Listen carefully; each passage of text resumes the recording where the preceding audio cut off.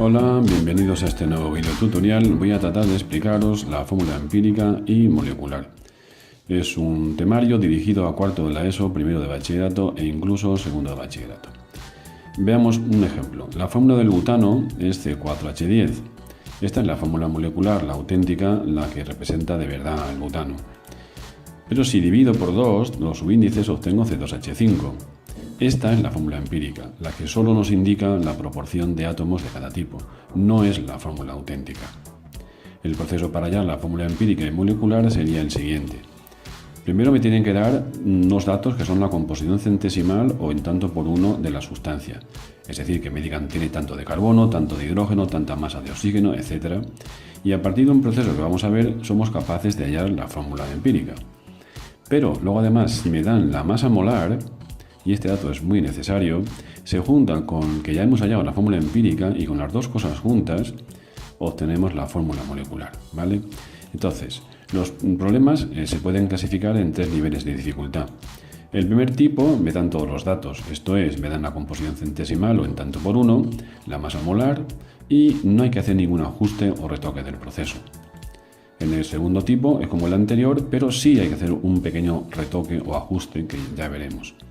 Y en el tercer tipo no me dan los datos que necesito, me dan otros datos. Entonces lo primero que tengo que hacer es hallar datos que necesito y después seguir el proceso general con ajuste si hiciera falta. Bien, como siempre os propongo una serie de ejercicios, en total me parece que hay unos 22 ejercicios. Y empezamos de lleno a describir los tipos de ejercicios que nos podéis encontrar. Veamos un ejemplo del primer tipo. Tomo el ejercicio 1 precisamente, de los propuestos. Al analizar un hidrato de carbono hemos obtenido la siguiente composición centesimal: 40% de carbono, 6,71% de hidrógeno y 53,29% de oxígeno. Y por otro lado sabemos que la masa molar es 180 gramos mol. Me piden que calcule la fórmula empírica y molecular. Pues bien, el proceso es muy sencillo. Consideramos que tuviéramos 100 gramos de sustancia y por tanto había 40 gramos de carbono, 6,71 gramos de hidrógeno y oxígeno 53,29. Dividimos cada una de estas cantidades entre las masas atómicas correspondientes. Me dan esa serie de numeritos. Y ahora, el más pequeño de todos ellos es este. Pues vamos a dividir todos estos entre el más pequeño, ¿vale? Entonces obtenemos estos números que no salen totalmente exactos, pero salen en plan 1,001 o 2,02 o 1,99. O sea, son números enteros, prácticamente enteros. Y ya hemos terminado. Fijaos que el proceso es súper sencillo. La fórmula empírica es C1H2O1. O sea que estos son precisamente los subíndices que tiene que tener cada uno de los átomos en la fórmula empírica de la sustancia. Y luego, para hacer la fórmula molecular, necesito aplicar esta pequeña fórmula. La masa molar de la sustancia que me han dado es igual a X, no conozco, por la masa molar de la fórmula empírica.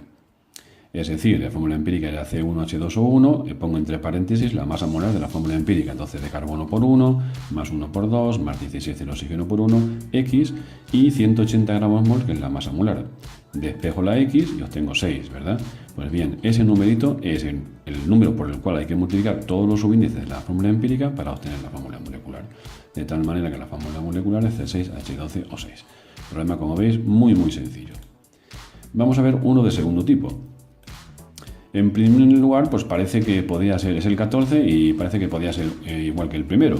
De hecho, me dan aquí la composición de carbono, hidrógeno y oxígeno, me dan también la masa molar, o sea que en principio parece de primer tipo. Pero ahora, cuando empecemos a hacerlo, veremos. Cogemos las cantidades de carbono, hidrógeno y oxígeno y las dividimos por sus masas atómicas correspondientes. Me dan estos números, veo que el más pequeño es 3,12 y divido todos estos números por el pequeño. Y entonces me dan una serie de números, pero esta vez efectivamente vemos que no salen números enteros. 1,16 no se puede aproximar a 1, aunque esté muy cerca, y 1,33 menos todavía. Entonces, ¿qué hemos de hacer? Pues el ajuste que habíamos dicho. El ajuste este consiste en que voy a multiplicar todos los números estos por un número, que hay que buscarlo, por 3, por 2, por 5, por 4, por 6, hasta que al hacer esas operaciones sí me dé resultado todos números enteros. Entonces este es el final. Este es el pequeño ajuste al que hacíamos referencia. O sea que este problema de segundo tipo es igual que el primero, pero hay que hacer este pequeño ajuste si no me dan aquí números enteros, ¿vale?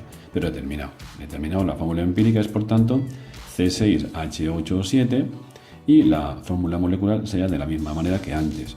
Masa molar es igual a X por la masa molar de la fórmula empírica. Se opera, se despeja. En este caso sale curiosamente 1, pero no pasa nada. Esto significa que la fórmula molecular coincide con la fórmula empírica. Bueno, y ahora por último veamos un ejemplo del tercer tipo. Vamos a coger el número 6. En este ejercicio vemos que no me empiezan diciendo la cantidad de carbono, hidrógeno y oxígeno, y tampoco me dan la masa molar, pero me dan un montón de datos. Este montón de datos tienen que ir enfocados. Lo que tengo que hacer primero, evidentemente, es hallar los datos que necesito. Y vamos a ver cómo lo hago. Me hablan de una combustión. ¿Y eso qué significa? Pues que si cojo el compuesto orgánico y le añado oxígeno, me da CO2 más agua, ¿vale?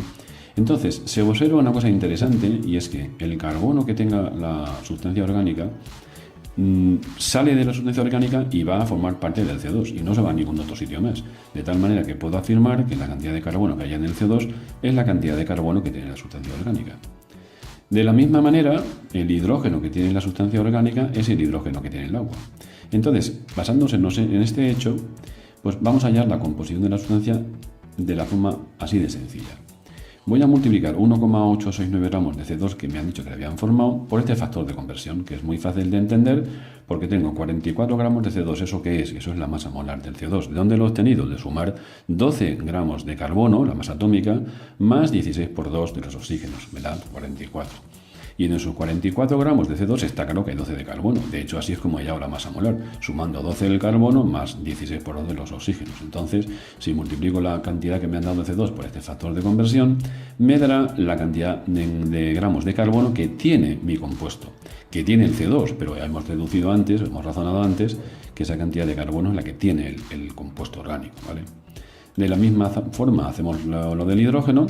Esta cantidad de hidrógeno es la que tiene el agua y será por tanto la que tiene el hidrocarburo.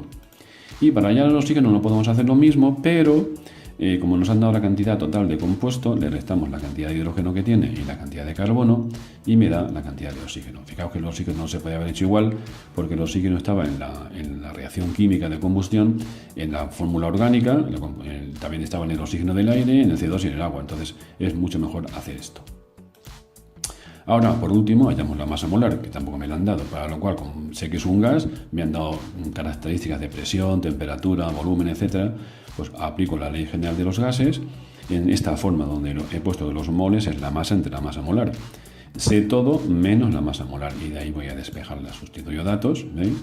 Y hago la masa molar. Entonces ya tenemos el problema prácticamente enfocado como si fuera de tipo 1. Ya sé la cantidad de carbono, hidrógeno y oxígeno que tiene el compuesto orgánico y ya sé la masa molar. Entonces ya es como si fuera de tipo 1. Cojo estas cantidades, las divido entre las masas atómicas correspondientes, obtengo estos números, veo que el más pequeño es este, pues divido todos entre el más pequeño y me salen números enteros o muy próximos a números enteros. Entonces he terminado.